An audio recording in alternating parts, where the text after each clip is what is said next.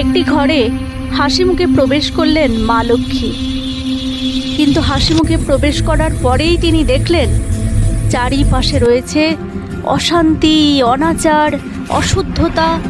কোথাও নেই ভক্তি, নেই ভালোবাসা। সব কিছু দেখে মা লক্ষ্মী মুখ ফিরিয়ে নিলেন। তৈরি হলো মা লক্ষ্মী থেকে অলক্ষ্মী। তিনি নীরবে চলে গেলেন সেখান থেকে অন্য ঘরে, তার সাজসজ্জা সমস্ত ত্যাগ করে। তিনি অন্য ঘরে প্রবেশ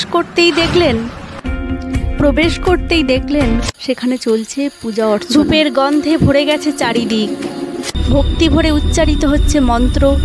মানুষের মনে রয়েছে শান্তি, ভালোবাসা। সেই ঘরে মা লক্ষ্মীকে আবাহন করা হচ্ছে। মা সেখানে প্রবেশ করেই কিছু খেতে চাইলেন।